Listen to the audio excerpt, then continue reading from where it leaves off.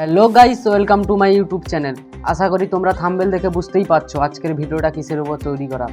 So আজকের ভিডিওটা সম্পূর্ণভাবে তৈরি করা হয়েছে 2025 সালের মাধ্যমিক পরীক্ষার্থীদের জন্য। যারা ভাবছো গণিতে কীভাবে পাস করবে, উপপাদ্য কোনটি পড়ে যাবে এটা বুঝতে পারছো না, তাদের জন্য এই ভিডিওটা। তোমাদের আর টেনশন করার কোনো দরকার নেই, কারণ আজকে আমি নিয়ে এসেছি মাত্র দুটো উপপাদ্য। এই দুটো উপপাদ্যের মধ্যে যে কোনো একটা উপপাদ্য অবশ্যই তোমরা প্রশ্নে দেখতে পাবে। সো দেরি না করে শুরু করা যাক আজকের ভিডিও।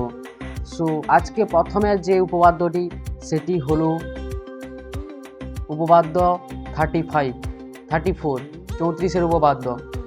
34 উপপাদ্যতে কি আছে না, কোনো বৃত্তের একটি বৃত্তচাপের দ্বারা গঠিত সম্মুখ কেন্দ্রস্থ কোণ ওই চাপের দ্বারা গঠিত যে কোনো বৃত্তস্থ কোণের দ্বিগুণ। সো এই উপপাদ্যটা তোমরা ভালো করে পড়ে যাও, দেখবে তোমরা প্রশ্নে এই উপপাদ্যটি আসবে। এবছর অর্থাৎ 2025 সালে 100% এই প্রশ্নটি পড়ার গ্যারেন্টি আছে। সো আর হ্যাঁ, একটা কথা মনে রাখবে, ছবি এঁকে সঠিকভাবে প্রমাণ করতে পারলে কিন্তু 5 নম্বর, না হলে কিন্তু পুরোপুরি 5 নম্বর নাও পেতে পারো।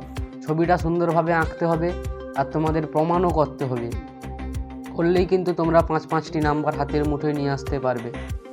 সো আর একটি উপপাদ্য, যেটা তোমরা ভাবছো যে উপপাদ্যটা কী হতে পারে, তোমরা যদি কিছু গেস করতে পারো তোমরা কমেন্টে জানিয়ে দিও। সো সেকেন্ড উপপাদ্যটি হলো উপপাদ্য 49, পিথাগোরাসের উপপাদ্য।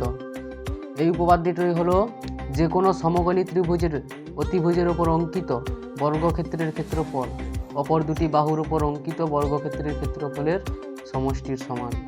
সো এই দুটো উপপাদ্য, যেটা আমি তোমাদের বলতে পারি যে 100% এবছর পড়বে, 100% এবছর মাধ্যমিকে পড়বে। সো এই ছিল আজকের গণিতের সাজেশান। তোমাদের আমি 2 মিনিটের মধ্যে একটা ছোট ভিডিও করে সাজেশান দিয়ে দিলাম। সো আরও যদি কোনো বিষয়ে সাজেশান দরকার হয় তোমরা কমেন্টে জানিয়ে দিও। তো আজকের মতো ভিডিওটি শেষ করলাম। গুড বাই, দেখা হচ্ছে পরবর্তী নেক্সট ভিডিওতে।